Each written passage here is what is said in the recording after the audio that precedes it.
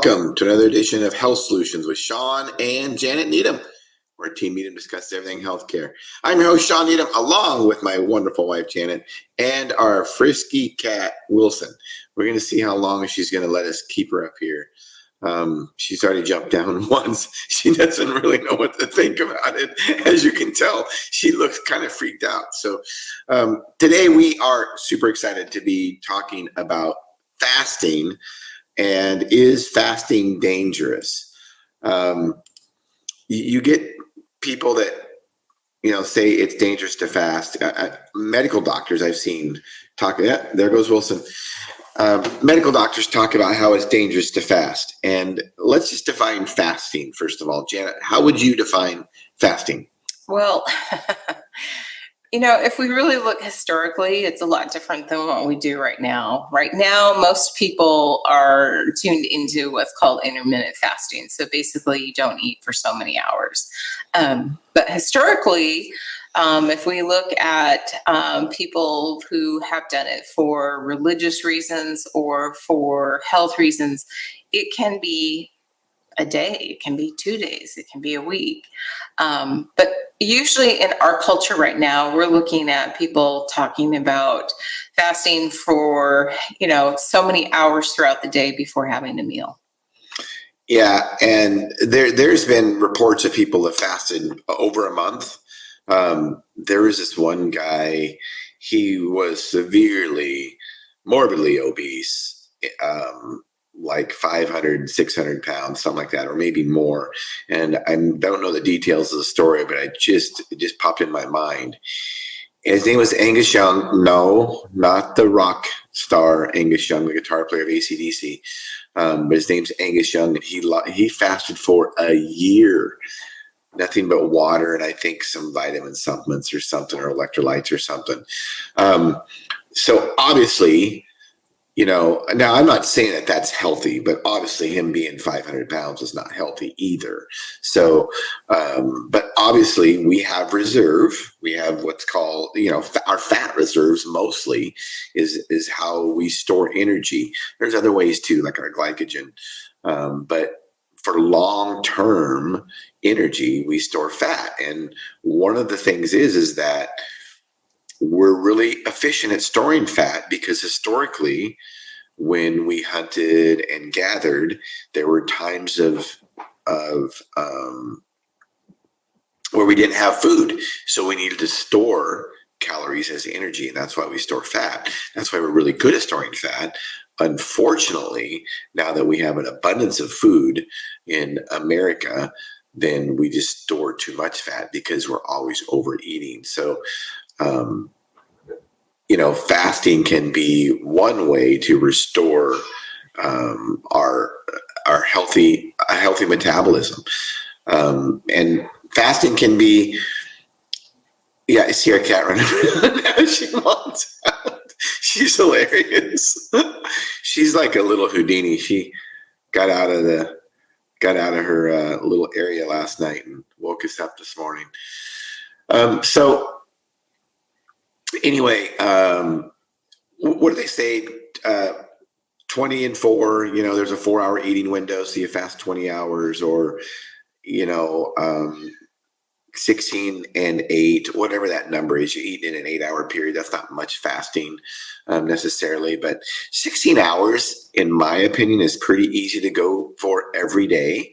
Basically, what you do is you eat dinner and you don't eat until lunchtime again. And even that, you can eat just a light lunch. But if you're focusing on good satiating foods, i.e. mostly meat and mostly protein, you can go for 24 hours. You can teach your body to go for 24 hours fairly easily fasting. But you have to eat the right things, and eating junk food does not do it because it's not satiating. So, but if you focus on good, healthy protein, mostly meat, it's pretty easy to teach your body to go 24 hours without fasting. So what are some other benefits of fat without eating, I should say, fasting? Before we go past that, one of the things too to remember is that, especially the people that I know that do like 5 to 7 day fasting or long periods, they hydrate themselves well. They are not going to be dehydrated. So that is a point to remember. And usually you use some electrolytes or broth or something with that. But the benefits are, like Shawn alluded to earlier, is it helps kind of trick our body back into a better metabolism. So that being said, that, we have a very smart body. It says, okay, this is different. And so I need to adjust, and I'm going to adjust for right now. And I'm going to burn the storage that we have versus, for the energy that we need. So that being said, it can kickstart your metabolism. It also can help with bad habits, because a lot of times one of the things that people don't count in their calories is just the snacking throughout the day. And so we become more mindful of what we are doing and when we are doing that. And I saw a report, and who knows how true this is, but I mean, use yourself as an example. I can use myself as an example when I'm not mindful about my eating habits. But the average American eats 15 times a day. Think about that. So that could include, once your coffee in the morning, and you fill it up with, whatever you have in your coffee. But if it's not black, then, and you put cream in it or whatever, you're not fasting. If you have black coffee, that's still fasting, in my opinion. And then an hour later, you have, even if it's healthy, let's say you have a handful of almonds, if you consider that healthy, which I consider that fairly healthy, although almonds can add up with calories. Nuts can add up with calories very quickly because they're not very satiating. So that's 2, and that's only an hour into the day. So just think about that. So, and that's where those calories add up. So people say, well, I only eat 1,200 calories a day and I just keep gaining weight. Well, I recommend that you track your calories and track everything you put in your mouth and see if you're really eating 1,200 calories a day. My guess is you don't, because 1,200 calories is not that much, especially when you start eating packaged food and just eating throughout the day, because it's really easy to eat 200 calories here, and you do that 15 times, there's 3,000 calories. So, and a handful of nuts is 170 calories. So there you go. Serving sizes is really misunderstood, because sometimes you can read the back of it and it's for 2 servings, it's the X amount of calories. So be careful with that. But, the biggest thing I think is if you move towards real food, whole food, things that rot, things that you can't store forever, then you're most likely going to be full. And then if you don't know what a serving size is, there's scales that are available. And I don't like necessarily to be a slave to that. But at the same time, if you don't know, start measuring and start realizing what that looks like and what that's like. And the nice thing about, I think, when you do fast is when you do come to the table to eat, actually food tastes really good. It tastes better because you look forward to something, and then actually once you taste it, because it's real, it's better. I mean, Shawn and I have this inside joke. We were traveling a few years back, and we went and got a coffee. It sounded so good in the morning. And do you remember, was it Krispy Kreme? Yeah. Well, they asked us if we wanted a flavoring. Yeah, it was Krispy Kreme coffee. We haven't ate, at least I haven't ate that I can remember, a donut in years. It's been a while. If I have, it's been, it's just not in my memory bank, because it's just something we just let go of, not something that we really cared about. Because I was a guy that used to be able to, and could probably still do it if I started again. I could eat a dozen Krispy Kreme donuts one sitting, no problem. But the smell of that alone, we almost vomited. We are almost like, okay, we don't. No. They put their glaze. They have their flavored glaze in the coffee. No, it was bad. And it was like. Right. And part of that, I think, is just relearning. I mean, Shawn and I, again, haven't ate at McDonald's for years. And just the smell of that place is not, it doesn't hit a place that makes me feel good.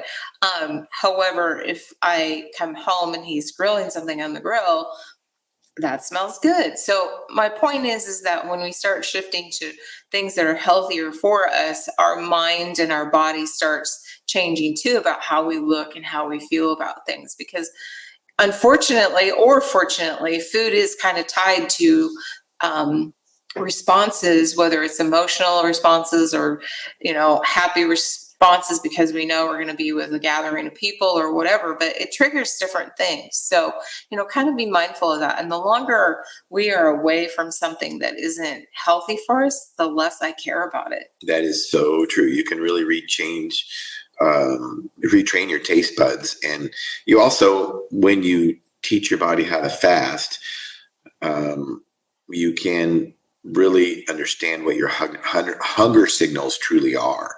Right. And I can tell you this, the 24-hour period is the hardest part. Once you get past, if you're eating the right stuff, once you get past 24 hours, it's fairly easy. Because for one thing, think about it. Once you get past 24 hours, you're probably going to go to bed.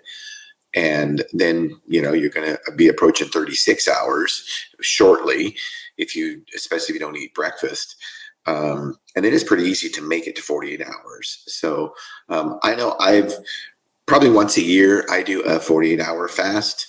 And once a week, I try to do at least a 20 or 24-hour fast.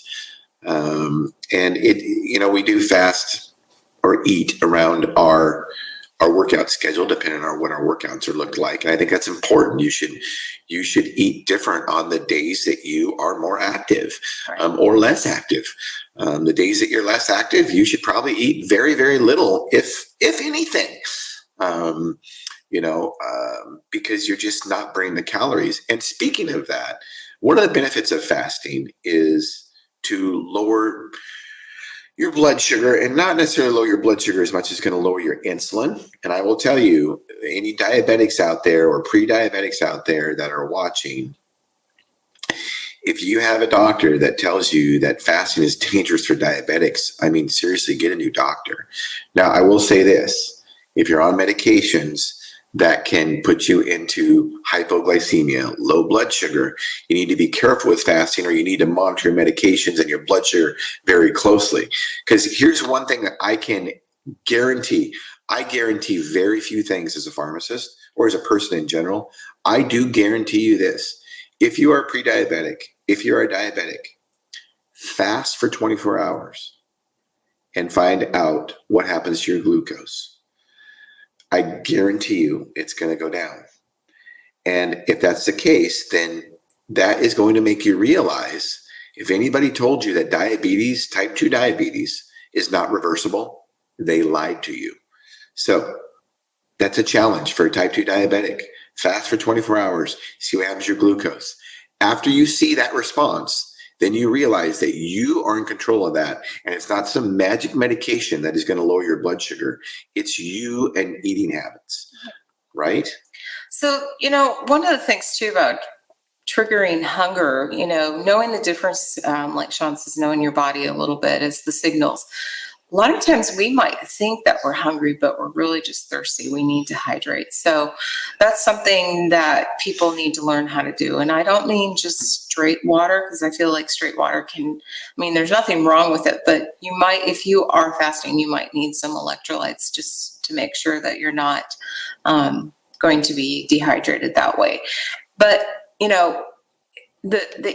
the topic of lowering our response of insulin or getting our insulin in the right place is really important, because diabetics become resistant to their insulin. It's not that they don't make it unless they're type 1. It's just that your body's not responding to it. So we don't want that all the time. And intermittent fasting is great for that. The other place that we've seen, and we have a friend who has used it, she is a lady that has went through cancer, and for her, she uses it to help her body regenerate and be healthier that way in the cell turnover. So there's other reasons for that. And even if maybe you're not a religious person, a lot of people that in our history, they would just take times to fast for certain reasons. And they would pick a weekend or a time, and similar to things that Shawn has said. And I think sometimes we during this time frame, lose this power that food has over us if we have a problem with food. And one of the benefits of fasting is called autophagy. And basically, literally what that means is auto means self and phagy means to eat. So basically, when you fast, it gives, and you don't put anything else in your body besides water, it gives your body a chance to self-eat all the bad things in your body. So whether it be toxins or, anything that your body is trying to get rid of. Because every time we do put something else in our body, we put something else in our body that our body has to deal with. And every time you put something in your body, there's some kind of metabolism that has to take place, and that energy has to be spent doing detox, doing a metabolism, breaking down foods, all that kind of stuff. So if you give your body a break without putting anything else in it, it gives your body a chance to make everything else better. So fasting can help strengthen your immune system. It can help strengthen your metabolism, depending on the timing of the fast and all that and how long it is. But I think it's very beneficial. And if fasting was dangerous, think about this. If fasting was dangerous and we needed to be eating all the time, we would not have been created with a mechanism to store fat. There are certain animals, for instance, that don't store fat very well. River otters. River otters have, they live in cold water and they don't have blubber like a seal or whales. So they have to spend a lot of energy staying warm. And the only way to keep all that energy is to eat. So a river otter is probably one of the most efficient predators around that eats, they eat 15, a little river otter eats 15 fish a day, which is incredible. But it has to do that because it doesn't store fat very well because it's swimming all the time and it doesn't store fat. It doesn't have blubber. So it's got to be eating all the time. But humans, we store fat because evolutionarily speaking, our bodies were trained to be able to be without food for a while. So I'm not promoting this, obviously, for infants. We know that would not be a good idea. Great point. But really, adults, even teenagers. I know our youngest son, Jordan, struggled for a while with weight issues. And when he was working through things as a teenager, he had times where he did some intermittent fasting. Now, I don't know if he still does today, but obviously the benefit of that for him was also a mental thing because he learned how to look at serving sizes and learned how to read his body and learned how to say, okay, I'm full now or I'm not full.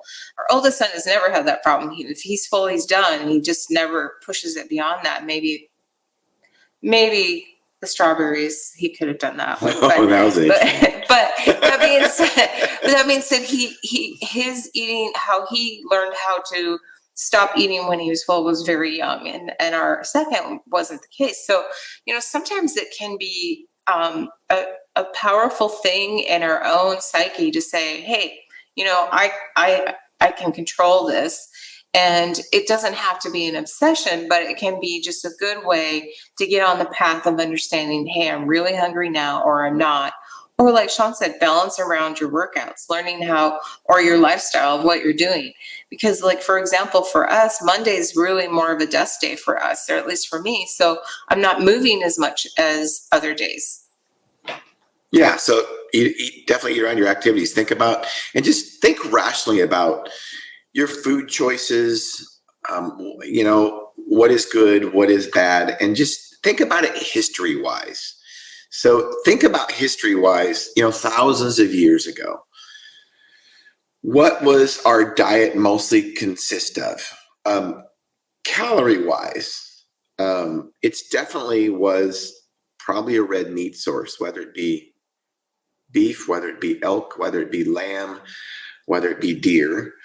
And think about what happened. So we might go for days without eating because we didn't have refrigeration for one. So you couldn't store meat in a refrigerator.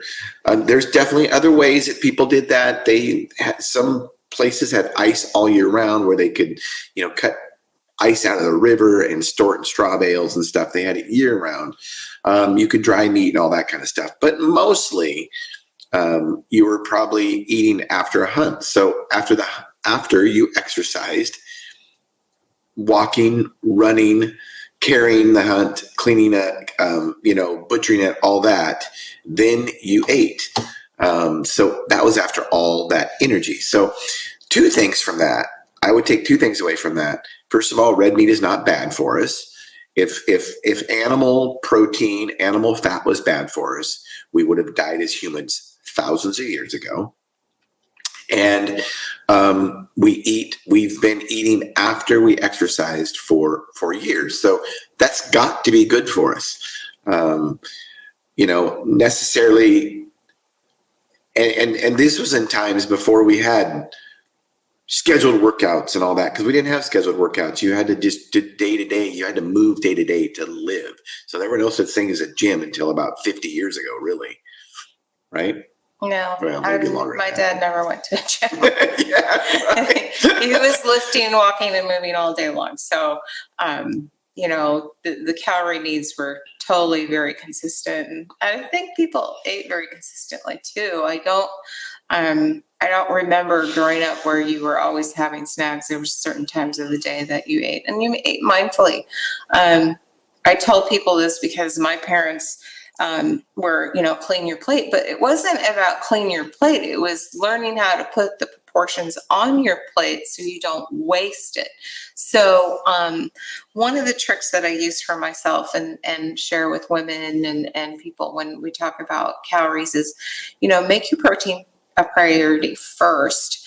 I'm not 100% carnivore. I like fruits and vegetables, but I will say this.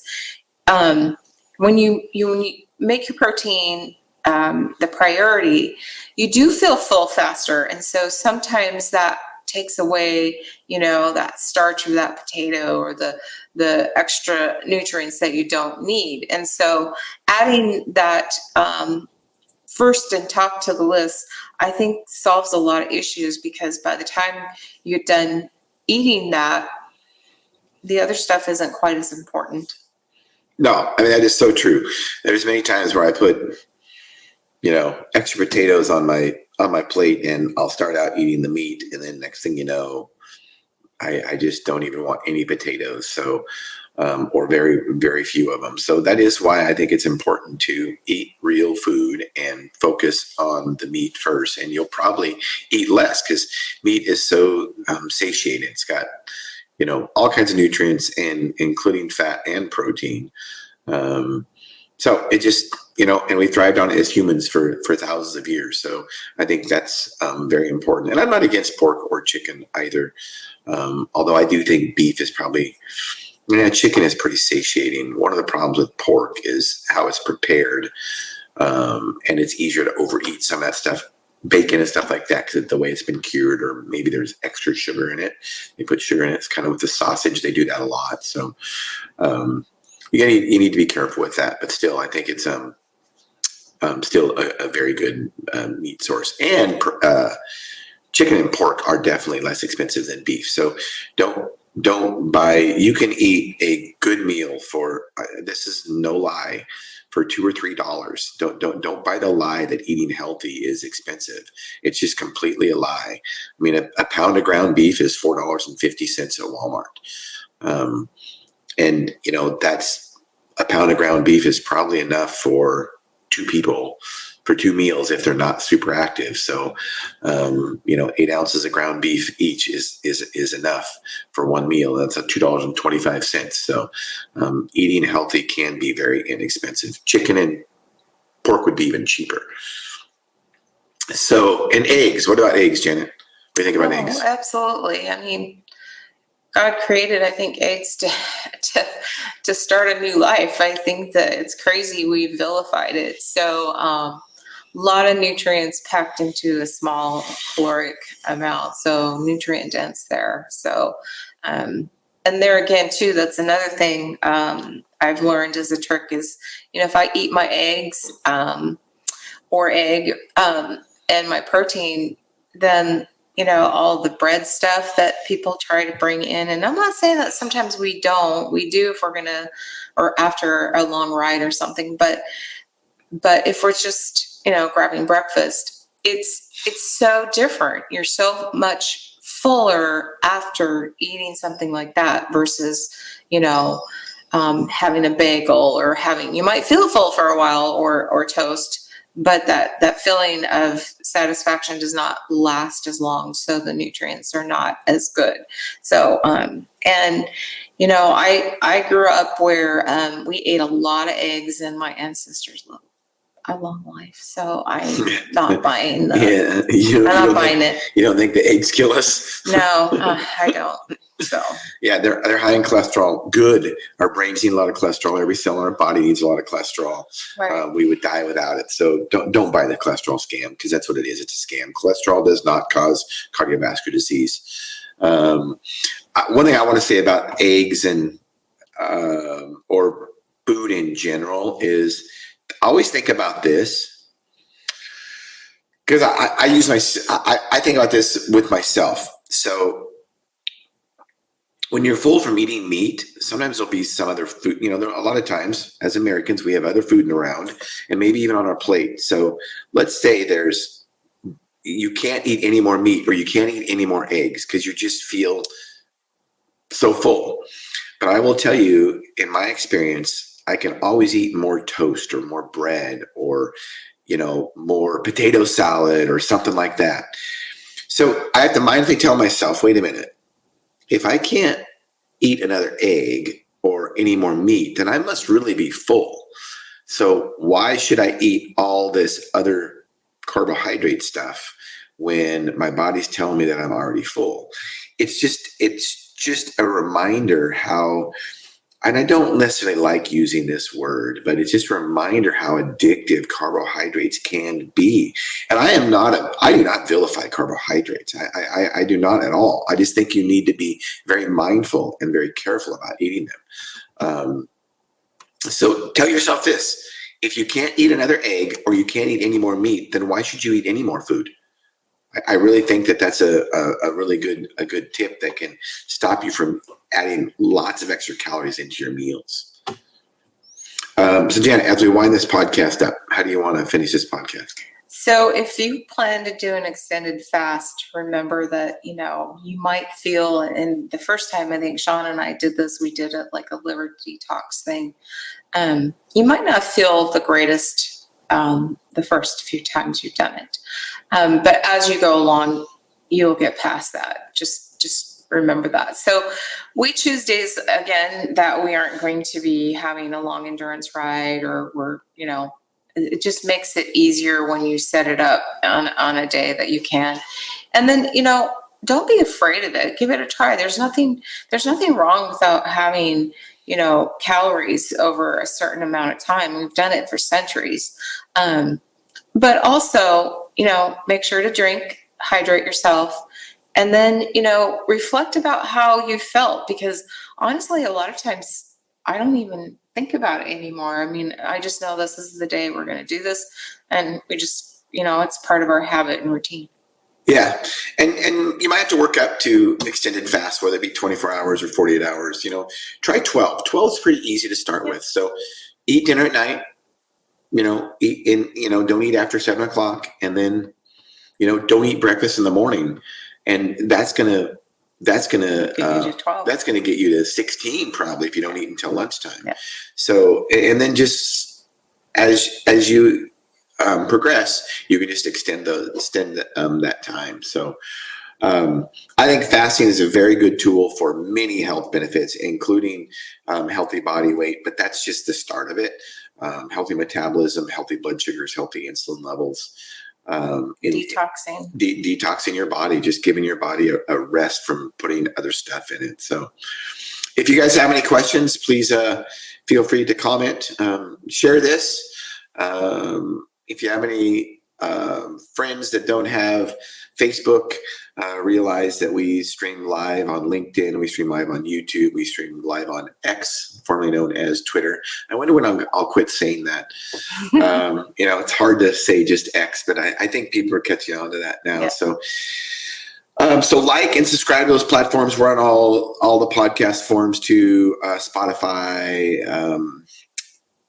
Apple, iTunes, all that good stuff. So like, share, and subscribe. We really appreciate it.